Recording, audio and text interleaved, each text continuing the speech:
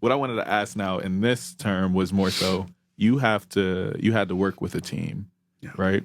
And so how do you look at your role within the team? What is like your role? Because I know, like for me, like I know I like to be the oversight. I like to see everything and see how all the pieces are moving. And then some people in the team create the harmony. Other people are like the execution and the ideation people. So where do you find yourself kind of like in that space? And what space do you like to be in particular? So give me a second and I'll bring it all together. Okay, so I think it was Andy Stanley that said that there are three things that are necessary to work with people, right? And when one of these things is missing, the leader's job is to not only identify it, but to try to correct it. Right. And so a shortcut, 3 C's. Some people add a fourth, but it's chemistry. Like, can we have a drink together? Right. There is character. Like, will you do the work? Like when the lights are off, like you're on this team, like, will you give it everything you've got, right? And then the third is competency. Like, do you know what 1 + 1 is? So like, if, you know what I mean?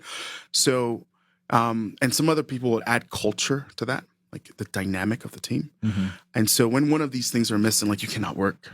Like you can. A lot of people, like your resume is your competency. And that's unfortunate to use that as a gauge for.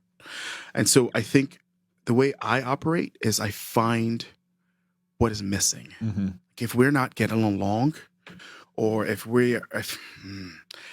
it's bad character, like I don't think you are on the boat and we need to separate, right? There is nothing you cannot teach for a project. You cannot teach or do anything to make character better. So the quicker you can recognize that, you said it earlier, like everyone here is a volunteer. They want to be here, right? But chemistry, like we could go paintball shooting and we could do things to build chemistry with each other. Yeah.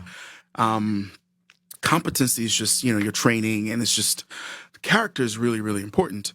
And all those things will start to form the culture of the team. And so I see myself as like the keeper, the guardian of that. Right. And usually that requires me to have some type of authority. So I try really hard to be like the most prepared person.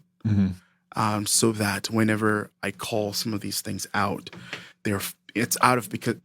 so competency will not be an issue. Like people will never guess. Right. So that's the role I try to play. There are some people who are just naturally better leaders than I am. But I think my role is just gauging that, is being that thermometer for that, and just trying to be the thermostat as well to adjust that. I can dig it. All right. Yeah. You answered the question. You good.